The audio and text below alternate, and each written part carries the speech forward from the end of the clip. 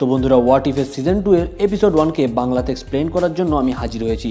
যে সিরিজটা এমসিইউ এর মাল্টিভার্সের পার্ট, যেখানে অন্যান্য রিয়েলিটি অ্যান্ড টাইমলাইনকে এক্সপ্লোর করানো হয়। যেমন এই এপিসোডটার নাম what if Peter Quill attacked Earth's mightiest heroes, মানে কি হতো যদি পিটার কুইল পৃথিবীর হিরোজদের উপর আক্রমণ করে দিত। তো এই প্লটটাকে নিয়েই আজকের পুরো এপিসোডটা। তো এই এপিসোডটা শুরু হয় 1988 সালে পৃথিবীর উপর, যেদিন পিটারের মা মারা যান। আর এই দিনই পৃথিবী থেকে ইয়ন্ডিও পিটারকে কিডন্যাপ করে নেয়, ঠিক যেমনটা আমাদের মেন এমসিইউ এর টাইম লাইনে হয়েছিল। কিন্তু এই টাইম লাইনে ইয়ন্ডু পিটারকে নিজের কাছে না রেখে তার বাবা ইগোর কাছেই তাকে দিয়ে দেয় অ্যান্ড নিজের মিশনকে কমপ্লিট করে।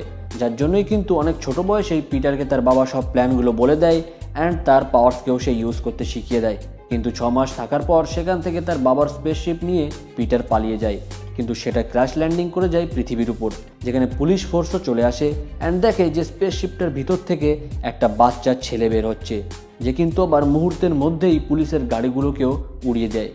আর এবার অন্যদিকে শিল্ডের হেডকোয়ার্টারে বসে এই সব ঘটনা কিন্তু পেগি কার্টার আর হাওয়ার্ড স্টার্ক দেখছিল একটা বড় স্ক্রিনের উপর। আর এই প্রজেক্টটাকে তারা প্রজেক্ট পেগাসিসের ভিতর রেখেছে, যে গ্রুপটাকে আমরা এজেন্ট অফ শিল্ডের ভিতরেও কিন্তু দেখেছিলাম।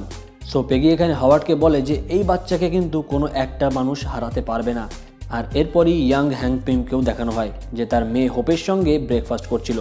তখন হ্যাংককে হাওয়ার্ড ফোন করে আর টিভি অন করতে বলে, যে দৃশ্য কিন্তু নিউজ দেখে হ্যাংক ও হাওয়ার্ডকে সঙ্গে সঙ্গে একটা প্লেন পাঠাতে বলে, যেটাকে সে আগে থেকেই তাদের বাড়ি পাঠিয়ে দিয়েছিল। সো এরপরই হ্যাংক হোপকে নিয়ে শিল্ডে চলে যায়, যেখানে বিল ফস্টারকেও দেখানো হয়। যেখানে এই টাইম লাইনে বিল ফস্টার একজন সুপারহিরো, যার নাম হচ্ছে ব্ল্যাক গোলাইথ, যার সঙ্গে হ্যাংকের দেখা হয় আর একটু কথা কাটাকাটিও হয়ে যায়, যেটাকে পেগি এসে থামিয়ে দেয়। আর সঙ্গেই এখানে এন্ট্রি হয় টিচালার বাবা, মানে ব্ল্যাক প্যান্থার টিচাকার, যেখানে হাওয়ার্ড রিভিল করে যে টিচাকার বাবা কিন্তু যুদ্ধের সময় অনেক ভাইব্রেনিয়াম দিয়ে তাদের হেল্প করেছিল। যেটা শুনে কিন্তু আমার মনে হলো যে হয়তো আমাদের টাইম লাইনেও শিল্ডকে ভাইব্রেনিয়াম সেই দিয়েছিল, যেটাকে দিয়েই পরে ক্যাপ্টেন আমেরিকার শিল্ডও বানানো হয়েছিল।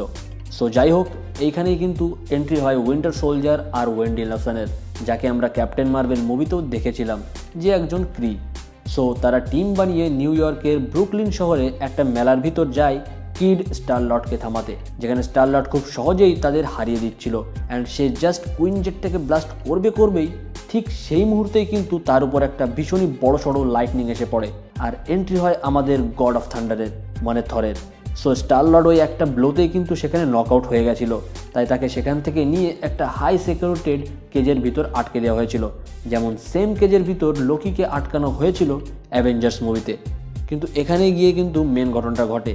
হোপ গান শুনতে শুনতে পিটার যে কেসটার ভিতর ছিল সেখানে চলে আসে, আর এখানেই এসে কিন্তু তাদের ভিতর কথা হতে হতে একটু ফ্রেন্ডশিপ টাইপেরও হয়ে যায়, যেখানে পিটার জানায় যে সে কোনো এলিয়েন না, সে তার বাবার থেকে বেঁচে নিজের বাড়ি মানে মিজোরিতে যাওয়ার চেষ্টা করছে জাস্ট, যার জন্য হোপও একটু পিঘলে যায় আর পিম পার্টিকেলের ইউজ করে পিটারকে পালাতে হেল্প করে ওখান থেকে।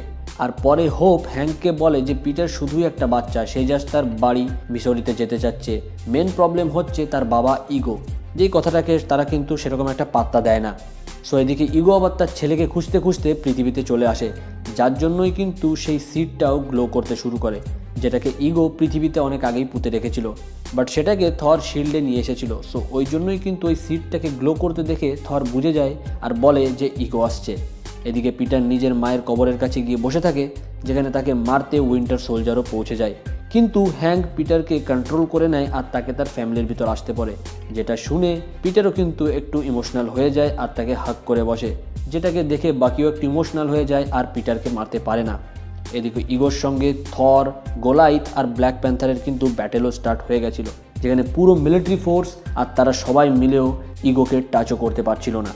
আর এদিকে ইগো প্রায় জিতেই যাচ্ছিল, কিন্তু তখনই হঠাৎ হ্যাংক আর পিটারের এন্ট্রি হয়, যেখানে ইগো আবার পিটারকে নিজের টিমে আসতে বলে আর তার সামনে তার আসল প্ল্যান সব কিছু বলে দেয়, যেখানে পিটার জানতে পেরে যায় যে ইগোই কিন্তু তার মাকে মেরেছিল।